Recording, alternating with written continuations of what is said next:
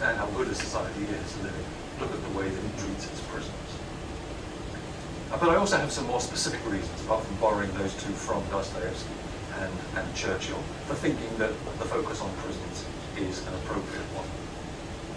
Why do I think they are appropriate places for this sort of exercise? Well, prisons are the places where the power of the state and its assumptions about individual rights and freedoms are perhaps most clearly on view.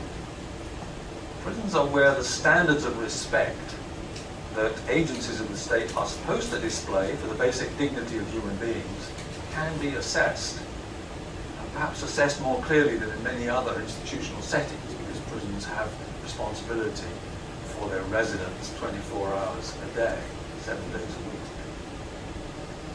And the growth of religious diversity among prison populations is something that I'm not going to say much more about in detail, but something I've been monitoring for a number of years now, and other people in the room have been doing that too in other countries. That growth of religious diversity in prisons has raised the stakes in the sense of increasing the preoccupation with the new claims that are made from time to time for the right to freedom of religion in prisons. So I'm not saying in any way at all that religious diversity in itself is a problem. I'm saying that it is associated with a raising of certain political stakes about the freedom of religion. But I ought to say what I mean by religious diversity in the context of prisons. And I unpack the term like this. First of all, there's the common sense notion of religious diversity, that is the difference between different faith traditions. So everybody, I think, is familiar with the notion of separate religious faith tradition. That's the common sense view. Second, there is, of course, diversity within those traditions. It's an equally interesting part of religious diversity. Now, third, and this is something that you don't often meet in an explication of the term diversity of religion, but prisoners, like everybody else, display differential salience in the way that they do their religion. Some regard their religion as very important, significant to them, others don't. So there's a whole scale there in the salience that is accorded to religion. And for me, that's part of religious diversity. There's differences in the way that people do religion. And it's very important in prisons. And lastly, most relevant really to the study of prisons is this idea that there is diversity in what is allowed to count as religion in a prison. That fourth consideration really only applies in prisons, but it is important because it does apply there. So I'm talking in that last respect in terms of what prison authorities permit to be called religion and what they permit in the way of activities in the name of religion. Now, in order to get better purchase on this, I'm going to step back a little bit in historical time and give, again, implicitly some reasons for thinking that this is an important topic. Because I think history tells us that, especially European history, tells us that the link between religious diversity, religious freedom, religious minorities, and prisons is close and important. So why do I think that? And I think it's particularly the case in Britain. I'm going to suggest two main reasons for this. First, many of the so-called non-conformist people who, for religious reasons, refuse to comply with the law relating to religion in Britain in the early modern period, many of them refused to conform to the doctrines and the disciplines of the Church of England. So I'm going to take one example here. George Fox, founder of the Quakers, Religious Society of Friends. Note the hat. I'm coming back to that. He spent many years in prisons in the 17th century for offences relating to his refusal to conform to Anglican disciplines and his belief that the voice of God was speaking directly to his soul.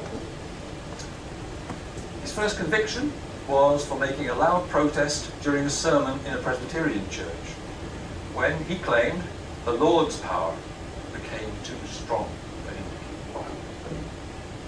And he described the prison in which he served his sentence as a pitiful, stinking place.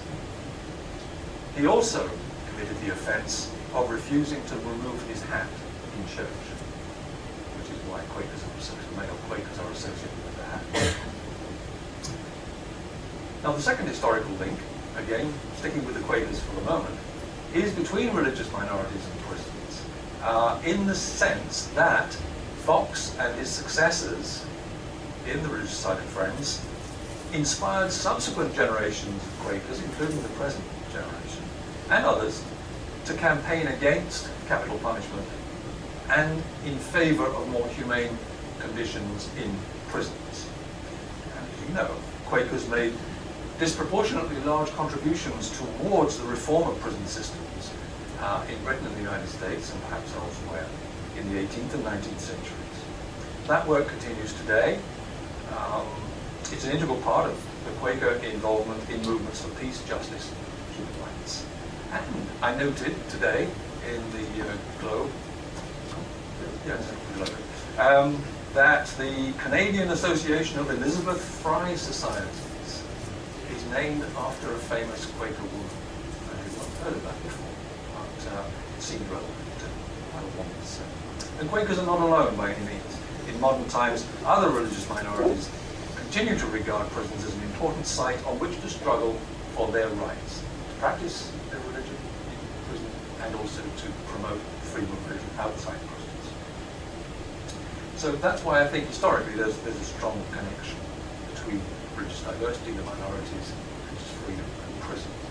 They are a clutch of topics that come together. And that remains the case now. So I'm going to talk here about three more examples just to illustrate how this theme continues on religious minorities and prisons. The first case I'm going to deal with is that of Jehovah's Witnesses, who have a long history of combating what they see as discrimination and oppression directly against them. It began around the time of World War I in the United States and Britain and Germany, when many of them were put in prison for refusing to perform military duties. But it continued in World War II, perhaps less well known to many. That is, in the late 1930s, they were put in camps. Here's one of the books, the German books written, being translated now, on the experiences of Jehovah's Witnesses in the Third Reich. Many of them perished in the camps, and they actually wore a distinctive symbol that marked them out among the other prisoners as being Jehovah's Witnesses. At the same time as they were being put in camps in Germany, they were being persecuted in the United States for refusing to salute the flag. And it's ironic that one might have expected they would have better treatment in the United States at the same time, but they didn't. Many of them actually were tarred and feathered. There was some very nasty incidents, especially in the American South in the late 30s, early 40s with the witnesses. So many of them went to prison. And many of them eventually protested and took their cases all the way to the United States Supreme Court. I think I'm right in saying that the Watchtower Bible and Tract Society, the organization of the witnesses, still holds the record for the group that has taken the most number of cases to the United States Supreme Court. They now have a very sophisticated legal department. Another example is that of the Nation of Islam. This is a movement that came to public attention first in the 1940s in the northern cities of the United States, when the leader, the first real leader of the movement, the Honorable Elijah Muhammad, spent 3 years in prison for opposing American involvement in war. But a little later on, we have the case of Malcolm X, who was murdered in 1965 and had converted to the Nation of Islam while he was in prison, and wrote extensively about his experiences in prison. And many of the other converts to the nation were in prison for various offences. And while they were there, they campaigned to be treated as a separate religious entity from Sunni Islam. And that struggle went on for a very long time indeed. And in fact, the first really modern case, legal case, concerning prisoners' rights to reach the United States Supreme Court was a case in 1964 that centered precisely on the allegations of discrimination against the Nation of Islam in an Illinois state prison. So the connection between the Nation of Islam, prisons, religious freedom is very close indeed. My third contemporary example concerns both the United States and Canada to some extent.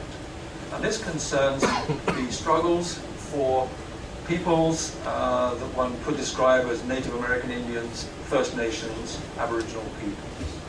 But they have campaigned long and hard for the right to practice their religious and spiritual practices in prisons with varying results. This is a very old photograph of a sweat lodge among the eastern band of Cherokee. In some American prisons, you can find sweat lodges. And the Federal Bureau of Prisons certainly acknowledges them. For example, the state of Washington permits the construction of a sweat lodge and the conduct of the ceremonies that go with it, which do present some security issues. Whereas other states, Texas, for example, does not recognize this as a permitted religious practice.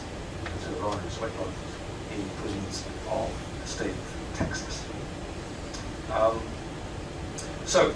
What I'm trying to do here is just establish two main points. First is that prison sentences have been used for the purpose of depriving some minorities of their religious freedom. And prisons have also been sites on which minority religious groups have methodically challenged this exclusion. They've challenged the law. They've challenged the devices that regulate their practice of religion. Now, so much for the historical settings, making the case that there is a topic here worth taking seriously. Now let's bring it more up to date and look at what happens now in various prison systems in the Western world to see how those prison systems have responded to the growth of religious diversity over the last few decades or so. You will find a lot of literature, if you look for it, in political science, sociology, law, religious studies, perhaps elsewhere. A lot of literature now about religious diversity and the responses of states to it. But the tendency is to try to look at it at the level of the state, to arrive at one model for any given state, to say that is its attitude towards religious diversity. I'm rather skeptical of that, and therefore I'm limiting what I'm going to say simply to what happens in the prison services of various states.